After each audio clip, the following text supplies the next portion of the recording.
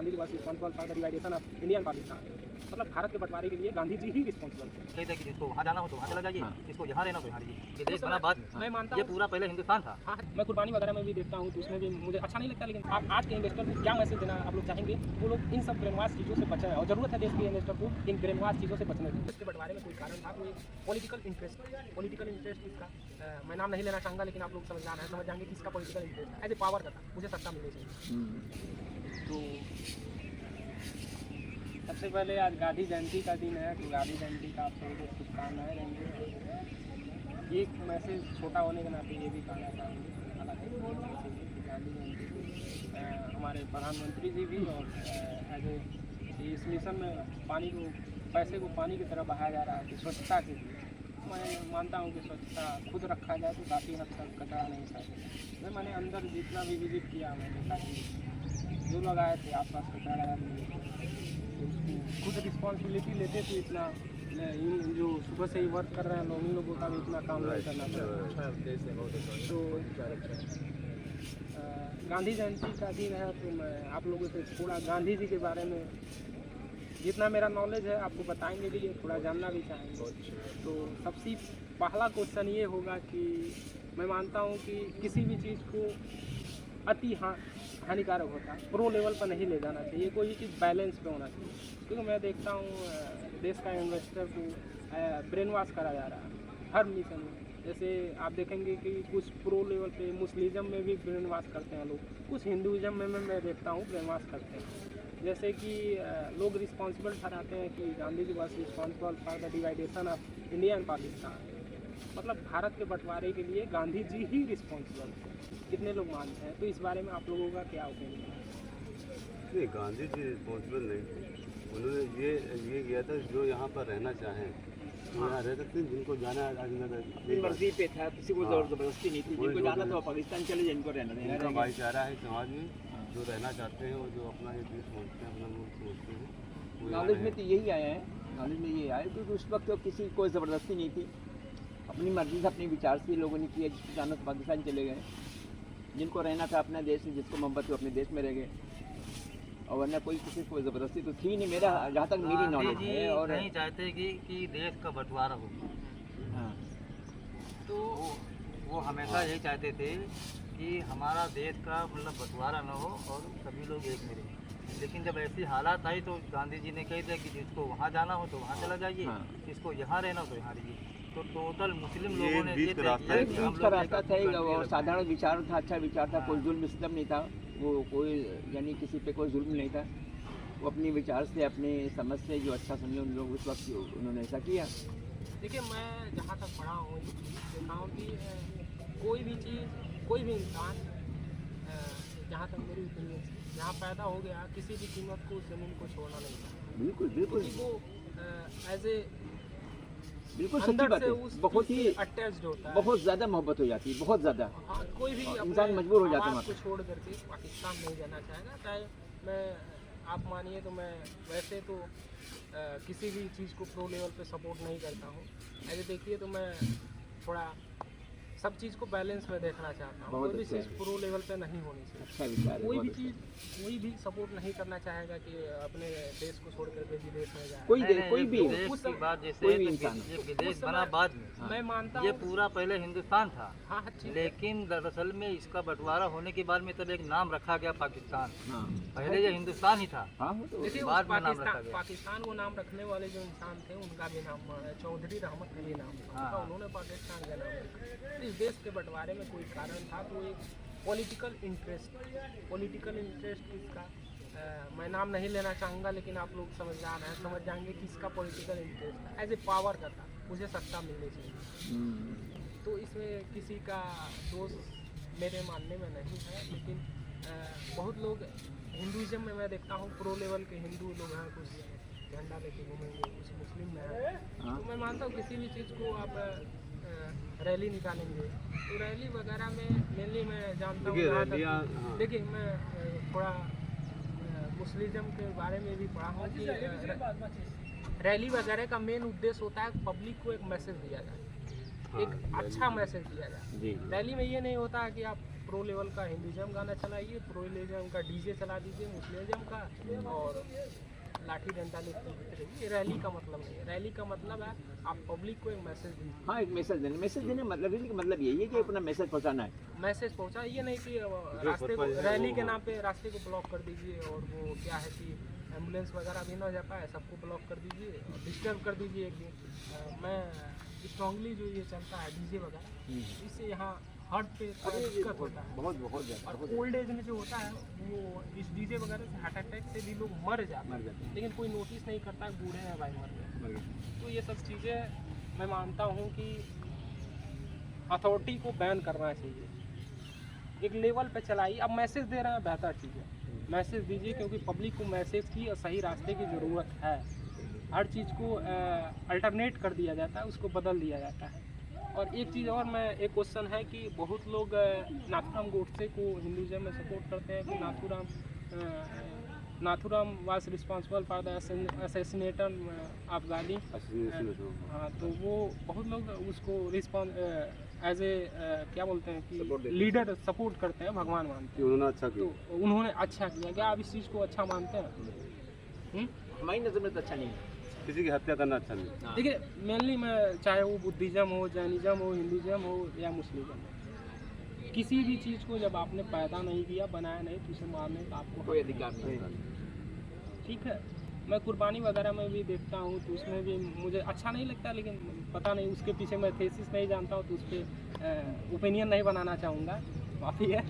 तो मैं नाथूराम गोडसे को जो लोग सपोर्ट करते हैं, मैं स्ट्रांगली मानता हूँ वो लोग ब्रेन वॉश लोग हैं, क्योंकि गांधी सदी का सबसे महान इंसान थे। वो एक ज़मीन से उठे हुए इंसान थे, ज़मीन से उठ करके और वहाँ आसमान तक की सक्सेस उन्होंने काबिल करी थी। तो मैं मानता हूँ कि यंगस्टर को, सभी यंगस्टर को एक बार गांधी जी के बारे में पढ़ना चाहिए। गांधी जी का एक बुक है 550 का, माई एक्सपेरिमेंट विद ट्रूथ। आप उसको पढ़ेंगे तो आपको ऐसे लगेगा कि आप गांधी जी के साथ जी रहे हैं। क्यों? क्योंकि उन्होंने डिटेल नॉलेज दी है कि कैसे वो एक डरे हुए इंसान से, जो क्या है कि उन्हें बचपन में कई गलत आदतें भी थी, जैसे सिगरेट पीने का, और वो ब्राह्मण फैमिली से थे, लेकिन दोस्तों ने ओपिनियन दे दिया भाई तुम पतले रूले हो और बुद्धिमान नहीं हो, अंग्रेज लंबे हैं और हट्टे कट्टे हैं, बुद्धिमान है। क्यों? क्योंकि मांस खाते हैं, तुम भी मांस खाओगे तो मोटे हो जाओगे और बुद्धिमान हो जाओगे। तो बचपना में इस गलती में वो एक आध दो बार मांस खा लिए, लेकिन बाद में उन्होंने छोड़ दिया जब उन्हें नॉलेज हुई तब, और जो नशा वगैरह था वो भी उन्होंने छोड़ दिया। तो गांधी जी एक बहुत इंसान थे। हर यंगस्टर को एक बार, मैं मानता हूँ किसी भी चीज़ के बारे में आपको ओपिनियन बनाने के बारे में पहले जानना चाहिए, नॉलेज रखना चाहिए, क्योंकि आप किसी चीज़ को पहले मान लेंगे तो जान नहीं पाएंगे। तो हाँ, जानना, मानने से पहले जानना जरूरी है। हाँ, जानना जरूरी, कोई भी चीज़। इस बारे में मैं सबसे बेहतर कोट आता है स्वामी विवेकानंद का। वो कहते हैं कि जो पेरेंट्स, ज़रूरी नहीं है जो पेरेंट्स आपको सिखा रहे हैं वही सही है। जैसे कि आपको बता रहे हैं आप हिंदू हैं तो हिंदू होना चाहिए, आप मुस्लिम हैं तो मुस्लिम, इस भगवान को मानिए, उस भगवान को इसका मानिए। मेन तो वो कहते हैं कि पहले खुद कोशिश करिए खुदा को, भगवान को जानने की। जब तक आप नहीं जान पाते हैं, उससे बेहतर आप एथिस्ट बन जाइए। जब आपको फील हो हाँ रियल में गॉड एग्जिस्ट करता है, तब आप मानिए। और किसी के कहने पे आप मान रहे हैं तो आप सच में नहीं मान रहे हैं, अपने साथ और उस ऊपर वाले के साथ भी धोखा कर रहे हैं, क्योंकि आपकी वो इंट्यूशन उनके खिलाफ नहीं रह जाएगी, वो क्या बोलते हैं फेथ नहीं रह जाएगी, वो जज्बात नहीं रहे, वो जज्बात नहीं रहे। आई थिंक इसका तो ये हुआ आप कि आज के यंगस्टर को आप लोग क्या मैसेज देना चाहेंगे? जैसे कुछ प्रो मुस्लिम में जाते हैं, जैसे कि आप समझ रहे हैं प्रो मुस्लिम में ये झंडा वगैरह, ये रैली वगैरह, किसी को थ्रेट देना, गाली देना रिलीजन के बेस पे, या हिंदुइज्म में भी बहुत लोग हैं। जैसे आप देखते हैं कि कन्हैया कुमार को हिंदुइज्म वाला मार दिया था थप्पड़ रैली में। तो ये ब्रेन वॉश लोग होते हैं जो ये काम करते हैं। तो आप आज के इन्वेस्टर को क्या मैसेज देना आप लोग चाहेंगे? वो लोग इन सब ब्रेन वॉश चीज़ों से बचें, और ज़रूरत है देश के इन्वेस्टर को इन ब्रेन वॉश चीज़ों से बचने की। तो आप लोग क्या मैसेज देना चाहेंगे? हालांकि हम लोगों से मैं ये मैसेज देना चाहूँगा यंगस्टर को कि आप जो है पहले एजुकेशन का, देश की सेवा ही करना है, तो आप एजुकेटेड बने और देश की जो उच्च सर्विसेज उसमें आप योगदान करें, ना कि इस जैसे कार्य करें और जो है समाज में अशांति का माहौल व्यापक हो। तो इसलिए इन यंगस्टरों को मैं ये सलाह देना चाहूँगा कि वो एजुकेटेड हो और पढ़े। जितना ये सब शो ऑफ करने में टाइम देते हैं उतना जानकारी इकट्ठा करें एजुकेशन में, उसके बाद वो सही चीज़ें बोले, ठीक है। बिल्कुल सही। और मैनिपुलेट ना करें और जो नहीं शिक्षित हैं उनको शिक्षित करें। अच्छा, एक और क्वेश्चन है कि आप एजुकेशन का कई बार जिक्र किए 2-3 बार, तो मैं एक क्वेश्चन ये करना चाहूँगा कि आपके ओपिनियन में रियल एजुकेशन है क्या? क्या 12 करने के बाद BA करना, BTech करना, MA करना, B.Ed करना, ये एजुकेशन है? देखिए ये तो है भी, लेकिन जो घर में भी सिखाया जाता है वो तो मोरल एथिक्स होगा, वो मैं मान रहा, वो पेरेंट्स उसके लिए मदर ही काफ़ी एजुकेशन है। में आप अगर मदर एजुकेटेड है तो बच्चों को सही रास्ता दिखाने के लिए काफ़ी है। तो आपके ओपिनियन में एजुकेशन क्या है? मैं ये कहना चाहूँगा जो एजुकेशन जो क्या कहते हैं ऑर्गेनाइजेशन के द्वारा, देश के ऑर्गेनाइजेशन के द्वारा जो प्रोग्राम चलाए जा रहे हैं उनको सही तरीके से अपना एक्सेप्ट करें और समाज में जो अच्छाइयाँ हैं उनको भी अपना धारण करें और इसी को एजुकेशन कहेंगे। अच्छा अंकल जी, आपके ओपिनियन में क्या है एजुकेशन? सर ये इसके बारे में इतने ज़्यादा हम भी नॉलेज नहीं रखते हैं, क्योंकि इतने ज़्यादा पढ़े लिखे हम भी नहीं, नॉर्मली किस्म के इंसान। लेकिन जैसा माहौल आज का चल रहा है, इसी हद तक वो माहौल बिल्कुल खुशगवार होने का चांस नहीं है, कोई सिर्फ बिगड़ने के चांस है। जैसे माहौल, जैसे चाहे वो हिंदू हो चाहे वो मुस्लिम हो, एकदम साधारण मिजाज नहीं रखना चाहता कोई, सब एक दूसरे के पीछे लगे हुए हैं। तो इस तरह से माहौल तो नहीं बनेगा, मेरा जहाँ तक मेरा तजुर्बा ऐसा है। अब आपका अपना क्या ख्याल है भाई? आपका विचार तो खैर अच्छे हैं, गांधी जी से अपने विचार हैं, ठीक अच्छे विचार हैं। अच्छा, एक चीज़ और बताना चाहूँगा जो माहौल का है, मैं माहौल ये जो चेंज हो रहा है ये मैं देख रहा हूँ सोशल मीडिया के थ्रू, चाहे फेसबुक हो, इंस्टा हो, अब बेसिकली रील के थ्रू ये माहौल चेंज कर शॉर्ट क्लिप दिखा दिया जाता है, पूरी चीज़ आपको नहीं दिखाई जाती है। वही जो कंट्रोवर्शियल चीज़ है उसी को मैनिपुलेट करके आपको परोसा जा रहा है, दिखाया जा रहा है। बहुत बड़ा रोल मीडिया का, बहुत बड़ा रोल है इसमें। बहुत बड़ा मीडिया का रोल है। तो मैं फ़िलहाल इस समय एक किताब पढ़ रहा था, डीप वर्क है, काल न्यूपोर्ट की लिखी हुई, अमेरिका के, वो आम इंसान नहीं है, आम इंसान मतलब जो ये जनरेशन चल रहा कंप्यूटर का जनरेशन, वो कंप्यूटर के ही प्रोफेसर है यूनिवर्सिटी में, बड़ी ऊँची हस्ती है, बड़ी हस्ती है कंप्यूटर के बारे में, उनसे डिटेल नॉलेज किसको हो सकती। उन्होंने वो बुक लिखी है डीप वर्क, उनमें वो लिखे हैं कि वो 2012 तक कभी भी पर्सनल फ़ोन का इस्तेमाल नहीं किया, कंप्यूटर के प्रोफेसर होने के बावजूद। वो ये बात बहुत डिटेल में बताया है, इस चीज़ को सबको जाननी चाहिए। और आप पेरेंट्स हैं ये, तो अपने बच्चों को सख्त हिदायत देनी चाहिए, ये ज़रूरी है हर इन्वेस्टर के लिए। देखिए जो मोबाइल है, सोशल मीडिया, जो वेब सर्फिंग आप कर रहे हैं और वो जो रील देख रहे हैं ना, उसकी वजह से आपके जो न्यूरॉन्स हैं उसमें मेलानिन्स नाम की एक केमिकल रिलीज होती है। वो मेलानिन्स नाम की केमिकल रिलीज होती है तो वो न्यूरॉन्स के अराउंड एक्यूमुलेट होती जाती है, इकट्ठा होती जाती है।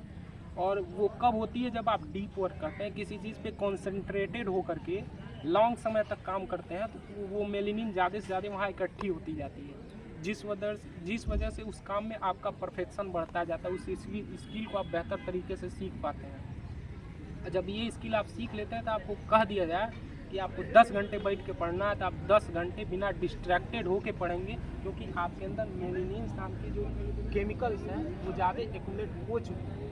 और जो आज ये बच्चे आज के वेब सर्फिंग कर रहे हैं, रील देख रहे हैं, इसके वजह से वो जो मेलानिन नाम की जो केमिकल ऑलरेडी इकट्ठी होती है बहुत तेज़ी से डिस्ट्रॉय होती जा रही है। और ये आने वाले 5 सालों में या 10 सालों में सबसे बड़ी बीमारी का कारण बनेगा, जिस बीमारी का नाम है ADH, शॉर्ट डिसऑर्डर होती है। आपको कोई भी चीज़ याद नहीं रह जाएगा, क्षण भर की चीज़ें भूल जाएंगे, सुबह आपने क्या खाना खाया भूल जाएंगे, चिड़चिड़ापन होगा, किसी को पहचान नहीं पाएंगे। ये बीमारी बहुत बड़े लेवल पे, पैंडेमिक लेवल पे इस यूथ में आने वाली है, ये रील्स वाली में। और इस वजह से बच्चों के अंदर पढ़ने की कंसंट्रेशन नहीं रहेगी, वो पढ़ाई में ग्राफ उनका गिरता जाएगा। कभी भी 1 घंटे आप कहेंगे पढ़ने के लिए तो मोबाइल छुएंगे, स्क्रीन ऑन रहेगा, व्हाट्सएप का मैसेज देखेंगे, इंस्टा का, ये आज का ये माहौल है। हाँ, उनको एडिक्शन हो गया है। कि उनको सर्फिंग करना है एज ए, जैसे ड्रग्स का एडिक्शन होता है वैसे सेम नशा मीडिया का भी वही है। नशा तो आप, मैं कहना चाहूँगा पेरेंट्स हैं तो आप बच्चों से जहाँ तक हो सके उनको ज़रूरत है तो मोबाइल से एकदम बैन रखिए, दूर रखिए। आज का जितना बिगड़ा माहौल है ये सब देन मोबाइल की है। तो बच्चों को मोबाइल से दूर रखिए, अच्छा क्योंकि जब अपने घर के उनके माता और उनके माता पिता जो है उनको भी अपनी आसानी के लिए वो अपने आप को मोबाइल परेशान थमा ना देते कर हैं। फट से मोबाइल पकड़ाते बेटा मोबाइल। हाँ, तो अच्छा लेकिन वो बच्चे पढ़ाते भी मोबाइल देख के मोबाइल पकड़ो बेटा और पढ़ते इसका रहो। हाँ इसका देखिए- सही उपयोग किया जाए। हाँ देखिए करीब 20-22 डिग्री हासिल किए थे अम्बेडकर जी, 20-22 डिग्री। उनके ज़माने में मोबाइल नहीं थी, वो बुक से पढ़े थे। हाँ। कोई एज ए टीचर भी नहीं था कि घर पे आके कोचिंग पढ़ा दें। आप बच्चे को ज़रूरत है कोचिंग लगवाइए, ज़रूरत है किताब खरीद के दीजिए, ज़रूरत है पर्सनल टीचर रखिए वो पढ़ाए। मगर मैं कहूँगा कि कॉलेज तक उसको मोबाइल मत दें। मोबाइल दे रहे हैं तो उसमें एक एप्लीकेशन आती है नो स्क्रॉल करके, एप्लीकेशन को इंस्टॉल करिए, उसे परमिशन दीजिए। एटलीस्ट वो शॉर्ट्स वीडियो नहीं चलने देगा जिससे ज़्यादा तेजी लेवल पे ये ADHD अच्छा बीमारी होती हाँ है। बहुत बढ़िया ऑप्शन है। ये चलिए ADHD नाम की जो बीमारी होती है, शॉर्ट डिसऑर्डर है, किसी भी चीज़ को भूलने की। जब रील देखना बंद करेंगे तो वो सब चीज़ें भी बंद हो जाएंगी कुछ लेवल पे। लॉन्ग फॉर्म देखेंगे थोड़ा मेलेनियंस बचा रहेगा, उतना तेज़ी लेवल पे नहीं नुकसान होगा। तो मैं कहूँगा कि आप लोग इंस्टॉल करना, मैं प्रमोशन नहीं कर रहा हूँ लेकिन ये बहुत- मैं अच्छा तो विचार, नहीं- मैं तो नो नहीं स्क्रॉल देखता। करके। बहुत गुड विचार है मैं आपका तो नहीं भाई, देखता। बहुत अच्छा विचार। मैं पिछले 1.5 सालों से एक सिंगल रील तक नहीं देखा, अरे वाह मैं बैन कर दिया हूँ। और फिलहाल कल अभी एक और किताब पढ़, डीप वर्क के बारे में बताया है। तो जी मेरे पास सोशल मीडिया अकाउंट था, मैंने सारी सोशल मीडिया अकाउंट डिलीट कर दिया ओह से है। कि मैं आज के बाद कोई सोशल मीडिया नहीं यूज़ करूँगा। इवन व्हाट्सएप तक डिलीट कर दिया, ज़रूरत पड़ेगा तो ईमेल वगैरह का यूज़ कर लेंगे। ये सब चीज़ें आपके अंदर बीमारी पैदा कर रही है। बहुत मैं कहूँगा पेरेंट्स हैं तो बैन रखिए। और बच्चे कम उम्र में एज हम लोग एडल्ट हैं तो कम उम्र में पा जाते हैं तो कुछ वल्गर चीज़ों के खिलाफ चल जाते हैं, क्योंकि ऑलरेडी सब कुछ इंटरनेट पे अवेलेबल है। तो बच्चे क्या है, बच्चे ही हैं, उन समय हार्मोन्स का पीक लेवल पे होता है तो वो गलत संगत में पड़ जाते हैं, गलत ट्रैप में फंस जाते हैं। बिल्कुल बिल्कुल 100% चांसेस है। 100% आप मोबाइल दे देंगे तो अब उसको आपको आप चाहिए कि आप टाइम निकाल, इतना बड़ा प्रोग्राम चल रहा है, हाँ, 10 मिनट टाइम निकाल के आप प्रोग्राम में आइए, आप परमिशन लीजिए और आप यहाँ आके थोड़ा ठीक है। नहीं, लेकिन उसके लिए भी मैं आपको हैक बता दे रहा हूँ। तो उसके लिए हैक ये है कि हर पेरेंट्स को बच्चे को मोबाइल देने से पहले उसमें एक और एप्लीकेशन आती है ब्लॉकर एक्स करके, उसको आप डाउनलोड कर लेंगे तो बच्चा मोबाइल में चाह के भी कहीं से भी वल्गर चीज़ें एक्सेस नहीं कर पाएगा। वल्गर चीज़ें फिल्टर करके मोबाइल में आएंगी, कोई भी वल्गर ना रील्स आएगा ना कोई भी वल्गर मोबाइल पे कंटेंट आएगा। इवन व्हाट्सएप पे भी जो वल्गर गाने होते हैं आजकल के भद्दे बॉलीवुड के, वो गाने भी प्ले नहीं होंगे। जो भी चीज़ प्ले होंगे एकदम फिल्टर करके प्योर शुद्ध आएगा। तो इस एप्लीकेशन का भी पेरेंट्स को यूज़ करना चाहिए, बेहतर चीज़ है। और यूट्यूब के लिए मुझे बता दीजिए। और ये मैं मालूमात भी वो काम करता है, ब्लॉगर है। यूट्यूब हो, फेसबुक हो, इंस्टा हो, हर जगह से अब ये आप जो block बता रही है नॉलेज मेरे ख्याल से 99% लोगों में नहीं है। हाँ, वो तो नहीं है। 99% 99%। अरे देखने के लिए लोग ये हम फर्स्ट अपलोड टाइम ये तो करते हैं। अपने आपने जो बताया है माशाल्लाह की नॉलेज दी है कि फर्स्ट टाइम हमने कई बार बैठक भी है कुछ लोगों में, लेकिन इतनी अच्छी नॉलेज नहीं दिया अगर मोबाइल के बारे में। आप इस चीज़ें में बैठक में जाते हैं तो इन 2 एप्लीकेशन का जिक्र कर दीजिएगा। एक नो स्क्रॉल है, एक ब्लॉकर एक्स है। दोनों से यूथ का बहुत फ़ायदा होगा, यूथ सही डायरेक्शन में जाएगी। तो इन सब चीज़ों में आप काम कर रहे हैं तो आपको विचार है, बताना बहुत- चाहिए। बहुत बेस्ट विचार है, बहुत अच्छा है, ये कौम के लिए देखिए, बड़ा अच्छा मैसेज है। हाँ, तो ये ज़रूरी इसलिए है क्योंकि आप बहुत अच्छा। जब आप कट आउट हो जाएंगे सारे सोशल मीडिया से, आपके पास बेहतर टाइम बचेगा, बोर होने का टाइम बचेगा। बोर मतलब एकदम बोर होने का। इंसान जब बोर होता है तभी उसके दिमाग में नए आइडियाज़ आते हैं। खाली आप जब बैठे रहते हैं तभी नए नए आइडियाज़ आते हैं। आप बिजी रहेंगे तो कभी आइडिया नहीं आएगा। तो आपको बेहतर बनना है तो बोर होना पड़ेगा, बेहतर आइडिया आएगा। एक आइडिया आपकी ज़िंदगी बदल सकता है। बिल्कुल, बिल्कुल, बिल्कुल, बहुत बेस्ट, बहुत अच्छा है, बहुत अच्छा है। बोर होना ज़रूरी अच्छा, है। ये विचार जो आपको जो अपने विचार दिए हैं, अगर इस तरह के विचार गवर्नमेंट थ्रू अगर कुछ हो जाए ना तो कौम पे बड़ा असर पड़ेगा। हाँ, वो पढ़ना चाहिए। लेकिन तो मैं अपनी तरफ से कोशिश वहाँ करता हूँ हर वहाँ जगह। वहाँ से तो 1% भी कोई ऐसे विचार नहीं आते। नहीं, मैं जहाँ जाता हूँ यूनिवर्सिटी में पढ़ा हूँ, यूनिवर्सिटी में भी जो लोग प्रो लेवल में हमारे दोस्त जो इन्वॉल्व थे उन सबको भी मैंने बताया, अपने तरफ किया, समझाया। तो बहुत लोग सुधरे भी। मैं जहाँ रहता हूँ सबको बताता रहता बहुत हूँ। अच्छा। ऐसे मैं कभी भी आपको इवन मुझसे भी कोई कोई नाम पूछता है, मैं पूरा नाम नहीं बताता हूँ। पूछेगा सिंपल अरुण तो अरुण बताऊँगा, क्योंकि मैं अगर पूरा नाम पूछेगा तो मैं जान जाता हूँ किस में इंटरेस्टेड है। उसको बोल देता है simply I am sorry I am not interested like this religion type. आप मेरी कास्ट जानना चाहते हैं, आपको मुझसे मतलब नहीं है, मेरी कास्ट से मतलब है, तो मैं नहीं बताता हूँ आप किसी हमसे मतलब रखो, सही बात। कोई भी वहाँ पे मैं सामने नाक रगड़ते, लेकिन मैं नहीं बताता। तो हाँ उसका इंटेंशन है, इंटेंशन है मेरी कास्ट जाने में, तो मैं नहीं बताता हूँ। सबको नहीं बताना नॉर्मली पूछ लिया तो बाकी बता देंगे, जानकारी के लेकिन लिए अगर मैं समझ गया, मैं बहुत जल्दी लोगों का इंटेंशन समझ जाता हूँ क्योंकि मैंने कई साइकोलॉजी की किताबें पढ़ी है, तो इसलिए मैं बताता नहीं हूँ। तो आप जब सारे सोशल मीडिया से कट आउट हो जाएंगे तो इसका एक बेनिफिट होता है, आप बोर होंगे, नए आइडियाज़ आएंगे। और सिंपल एक टारगेट रखिए, आपके लिए आधे घंटे का समय लगेगा। कोई भी बुक आपको नेट पे मिल जाएगी, PDF में मिल जाएगी, खरीदने की ज़रूरत नहीं है। डेली का टारगेट रखिए, 30 पेज पढ़ेंगे तभी उठेंगे जैसे। मोबाइल खोलिए, PDF खोलिए, 30 पेज पढ़िए, एक हफ्ते पढ़ के देखिए आपकी ज़िंदगी में कुछ बहुत बड़ा बदलाव नहीं नज़र आया तो आपको पढ़ना छोड़ दीजिए। ठीक है। अभी आप कह रहे हैं जैसे कि 1 से 1 से 12 तक बच्चों को मोबाइल ना दिया जाए, 1 से 12 लेकिन मैं उनको दिया कहूँगा जाए, मैं ये कहूँगा उनको दिया ही ना जाए, यूज़ करें, हम- लेकिन मोबाइल का एक राइट यूज़ करें टाइम के लिए। नहीं सच बोलो, उनको मोबाइल का कोई काम ही नहीं है। मोबाइल का नहीं, क्या पढ़ने काम, के लिए आप काम। दीजिए और पर्सनल नहीं, टीचर जैसे रख आप दीजिए। अभी कह रहे हैं कि जैसे PDF डाउनलोड करें, जिनको नहीं करना है, नहीं वह करना है, तो PDF डाउनलोड करके माता पिता जो है पेरेंट्स बच्चों को जो है लिखा सकते, पढ़ा किताब सकते। कितने का आएगी, 200, 300, 500, ठीक उतने है। का तो महीने में रिचार्ज चला जा रहा है। पहले होता नहीं था ऐसा, हाँ। वो गुर्बत का दौर ऐसा नहीं होता था, अब तो पैसे का दौर है, अब वो तो तो कोई दिक्कत ही नहीं है। वो तो रिचार्ज में चला जा रहा है। 300 का अच्छी अच्छी किताबें आ जाएंगी। आपको पढ़ना तो वोल्गा से गंगा पढ़ लीजिए, राहुल सांकृत्यायन की सबसे ईपिक किताब है, मैं मानता हूँ। आप आदिम समय से लेकर के मॉडर्न इंसान तक समझ जाएंगे कि इंसान कैसे विकसित हुआ है, कैसे बड़ा हुआ है, समाज कैसा है। वोल्गा से गंगा है। और मैं ये रिकमेंड करूँगा कि आप लोग एक बार गांधी के बारे में पढ़िए। बाकी बहुत बहुत धन्यवाद, आप लोगों से बातचीत करके अच्छा लगा। अच्छा विचार, बहुत अच्छा लगा आपसे मिलकर, बहुत ही अच्छा लगा, बड़ा अच्छे विचार, बहुत अच्छा है। उम्र छोटी है लेकिन आप लोगों से नहीं, अच्छा बहुत विचार बहुत अच्छे हैं, और अच्छा नॉलेज विचार। भी अच्छी है, हाँ। और बहुत अच्छे हैं विचार, बड़े अच्छे हैं आपके, बहुत अच्छे। बाकी आप लोगों से कहेंगे पेरेंट्स हैं तो बच्चों को ये टारगेट जरूर दीजिए कि एक दिन में अपने सिलेबस से हट के कोई भी नॉन फिक्शन किताब, नॉन फिक्शन मतलब आप समझ रहे हैं हाँ, तो नॉन फिक्शन किताब कोई भी एटलीस्ट 30 पेज पढ़ के ही बेड से उठना है। 30 पेज मतलब 5 दिन में हो जाएंगे, 5 3 15, 150 पेज, एटलीस्ट 150 पेज 5-6 दिन में एक किताब पढ़ लेगा। 6 दिन में एक किताब मतलब साल का आप काउंट कर सकते हैं। साल में सैकड़ों किताब पढ़ लेगा वो, सैकड़ों नहीं एटलीस्ट 50-60 तो पढ़ ही लेगा। तो इतनी किताब अगर कोई एक साल में पढ़ ले, लोग ज़िंदगी में 50-60 नहीं पढ़ पाते, वो तो एक साल में पढ़ लेगा। सोच लीजिए एक छोटे लेवल से कितना महान इंसान बन जाएगा। एक छोटी सी बदलाव, रोज़ 30 पेज किताब पढ़ना। आप घंटों निकाल देते हैं, रीडिंग करना है आपको। आप घंटों निकाल देते हैं स्क्रॉल करने में, उससे आपकी ज़िंदगी में कोई बदलाव नहीं होने वाला। बहुत नुकसान है। एक पैसा नहीं मिलने वाला, और नहीं आपके पैसे जेब से हर महीने 350 आंखों पे रुपये जा असर रहे हैं। पड़ेगा। 350 रुपये हर महीने जा रहा है। 30 पेज पढ़ने का आपकी ज़िंदगी को बदल